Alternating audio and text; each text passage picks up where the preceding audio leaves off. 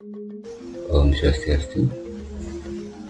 Dalam video kali ini saya akan menampilkan pemaparan tentang teori dan bentuk daripada kalimat simple past tense.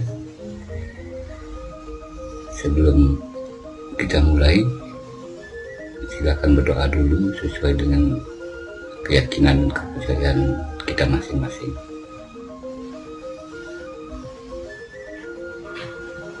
Baik, mari kita mulai pembelajaran berikut ini tentang kalimat simple past tense, di mana di sini akan dibahas tentang teori,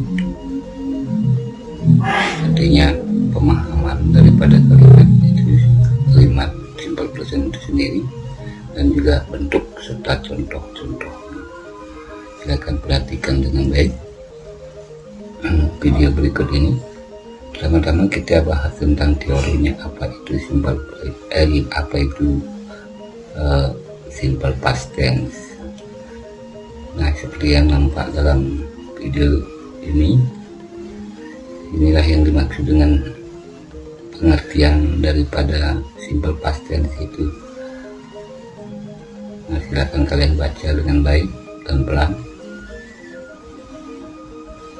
Ya, kalau bisa saya simpulkan bahwa di sini bahwa pengertian dari simple past tense itu adalah bukan kalimat yang menyatakan bahwa satu peristiwa atau kejadian itu terjadi di masa yang lampau, di masa yang lalu. Artinya pengertian lampau di sini adalah waktu yang sudah sudah terjadi sebelum kalimat ini diucapkan atau ditulis gitu ya. Jadi pengertiannya seperti itu. Jadi tidak mesti si lampau itu mungkin waktunya sudah lama sekali, tidak. Pengertiannya lampau di sini adalah kejadian yang terjadi sebelum kalimat ini diucapkan atau ditulis. Jadi bisa aja misalnya kejadiannya baru tadi, artinya sekarang sudah lewat kan, tadi ada kalimat ini dibuat. Nah, itu pengertiannya. Sedangkan penggunaan dari pada kalimat ini menggunakan bentuk kata kerja kedua ya. Jadi dalam bentuk kata kerja bahasa Inggris itu ada tiga sih sebenarnya, bentuk pertama, bentuk kedua, dan bentuk tiga. Nah, di sini dalam kalimat simple past ini digunakan kata kerja bentuk kedua seperti itu.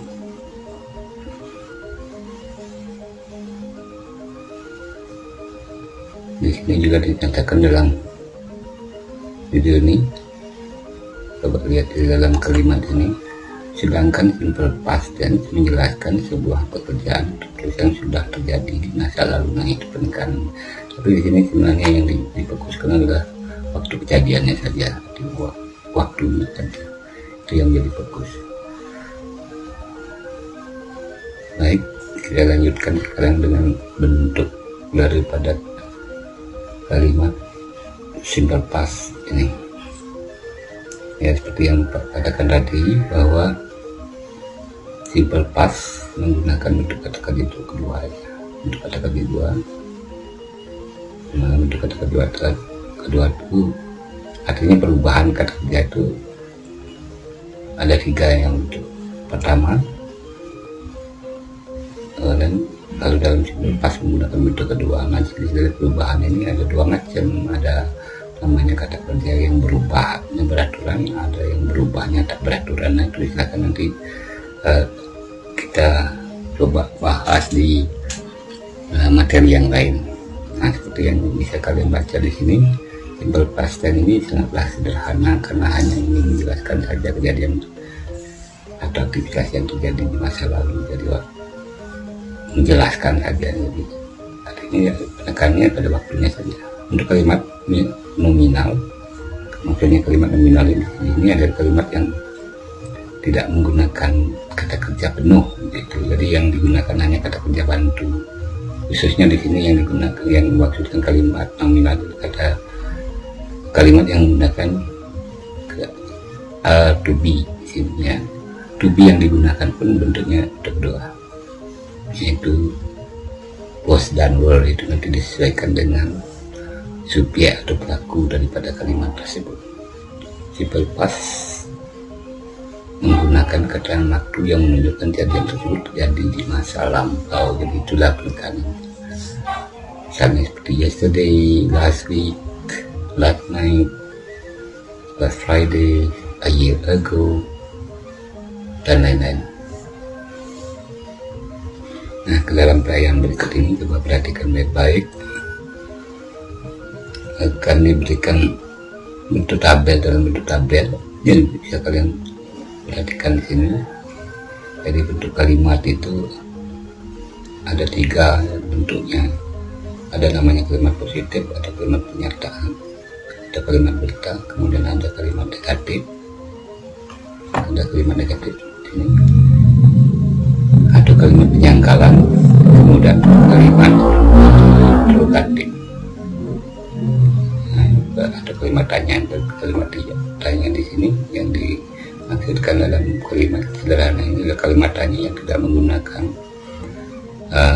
kata tanya, jadi menggunakan kata kerja bantu itu saja. Jadi jawaban dalam kalimat ini pun cukup yes atau no gitu. Nah, coba lihat bentuk positifnya adalah pernyataannya. Kalau dalam kalimat verbal, berarti kalimat verbal itu berarti kalimat menggunakan kata kerja penuh ya. Subjek diikuti kata kerja kedua, kemudian objek, keterangan ya, seperti itu. Nah, kalau dalam kalimat positif nominal atau yang hanya menggunakan kata kerja bantu di sini khususnya was dan were, khususnya ya seperti ini. Subjek was atau were, kemudian diikuti nominal dan seterusnya. Nah, bagaimana negatifnya? Ya, kalau verbalnya subjek, nah di sini menggunakan kata kerja bantu did, tidak not. Ini jadi ini untuk kedua daripada do, baru diikuti oleh. Nah, kembali dari tadi positifnya menggunakan kata kerja kedua, sekarang kembali ke bentuk pertama. Dan di sini contohnya menjelas. She did not buy a new book yesterday. Jadi ini kata buy ini itu adalah bentuk pertama. Kalau dalam kalimat positif buy ini akan menjadi bentuk keduanya. Nah, kalau dalam kalimat nominalnya subjek diikuti oleh was atau were, kemudian ditambahkan not dan kembali ke bentuk pertama. Jadi sama seperti ini, tambah not aja di belakang kata kerja bantu, apakah itu did atau to be, was, were. Nah, sekarang bagaimana kalimat tanyanya? Kalimat tanyanya yang kalimat verbal itu ya did-nya itu ada kerja bantunya ditaruh di depan subjek. Nah, seperti ini, did baru diikuti oleh subjeknya, kemudian baru kata kerjanya. Sedangkan kalau dia menggunakan kata bantu to be, jadi was, were-nya dulu, baru subjeknya, baru kata kerja.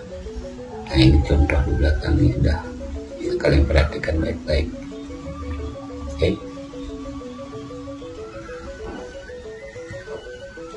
Nah, fungsi, sekarang kita membahas tentang fungsi atau kegunaan dari kalimat simple past tense.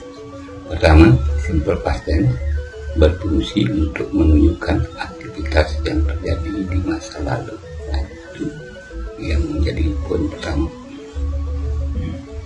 Contohnya, I ate the pudding on the fridge last night. Contohnya jadi ate di sini. Ate ini berasal dari kata eat. Jadi di sini karena simple past yang menjadi berupa kata kerja bentuk kedua. Kemudian juga fungsi kedua adalah simple past tense digunakan dalam conditional sentence. Conditional sentence ini adalah kalimat pengandaian. kalimat pengandian tipe 2 saya belum pas, nanti kita lihat tipe-tipe dari kalimat pengandaian. Contohnya di sini, I would go with you to the date if my mom wasn't sick. Artinya di sini mengandaikan, dan ini disebut kalimat pengandaian karena ada kata dalam kalimat ini. Dalam bahasa Indonesia, saya akan pergi bersamamu untuk, ya artinya melakukan date lah. Jika, nah ini berarti kalau ada kata jika berarti hanya berandaian ini kan. Jika ibu saya tidak sakit. Jadi itu fungsi kedua. Fungsi ketiganya simple past digunakan ketika ada kejadian yang terjadi bersamaan di masa yang lalu. Jadi ada, kalau misalnya ada dua kejadian di masa yang lalu bersamaan, itu bisa juga disampaikan dalam simple past tense. Contohnya seperti ini, I was listening to my sister when she played the violin. Di sini menggunakan dua kejadian. Pertama itu kejadian listening to my sister, kemudian kejadian kedua adalah play the violin. Jadi kejadian pertama si pembicara sedang mendengarkan. Nah di sini dalam kejadian pertama dibuat dalam bentuk sedang di masa lalu. Yang menggunakan was di sini menggunakan kata kerja bentuk in. I was listening. Artinya saya sedang mendengarkan, tapi kejadian sedang mendengarkan ini di masa yang lampau. Kemudian kejadian kedua adalah she played, dia sedang dia bermain. Jadi di sini bentuk simple past dipakai. Nah di sini menggunakan kata sambung when, yang artinya ketika. Kalau Indonesia kan saya sedang mendengarkan adik saya ketika saya bermain biola. Nah, jadi simple past, dan itu juga bisa digunakan untuk kejadian yang terjadi bersamaan di masa yang lalu. Kemudian fungsi keempat, simple past tense juga berfungsi untuk menunjukkan aktivitas di masa lampau setelah aktivitas yang lainnya selesai dilakukan atau kejadian yang bersifat kronologis. Kemudian contohnya di sini, she had finished her lunch before the bell rang. Nah di sini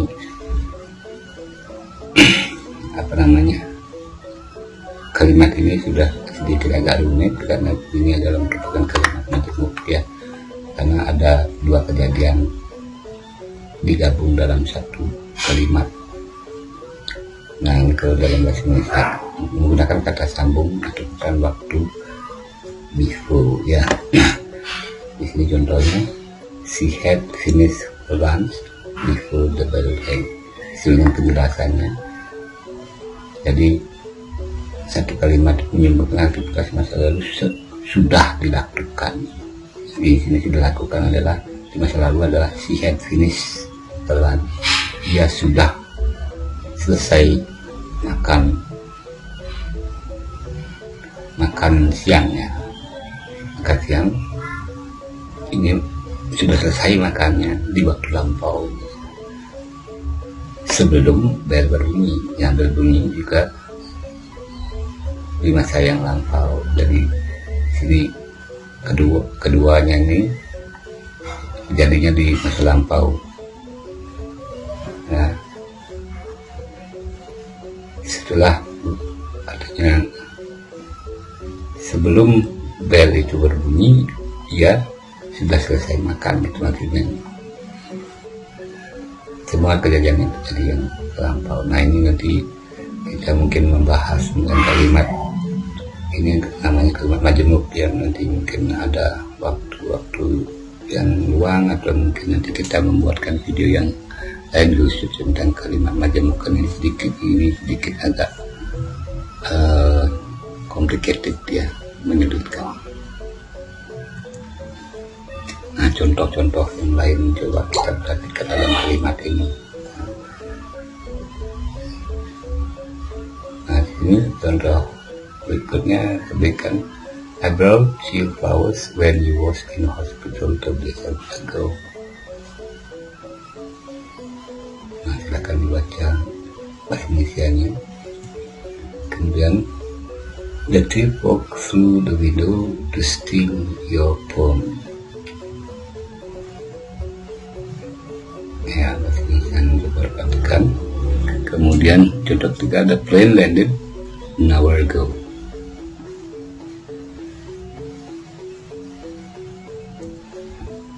Berikutnya, my mother went to London a month ago with my father. Dan ini agak buram ya tulisannya karena latar belakangnya pelan, tapi tidak apa-apa. Baik, kita lanjutkan. I already finished the novel. Saya sudah selesai membaca buku atau novel, seharusnya. Ya. Oke, contoh berikutnya silakan dibaca-baca.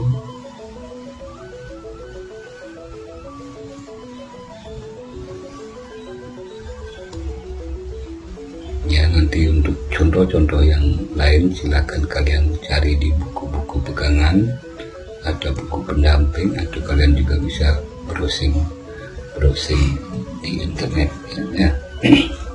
Jadi itu beberapa contoh yang bisa Bapak berikan kepada kalian.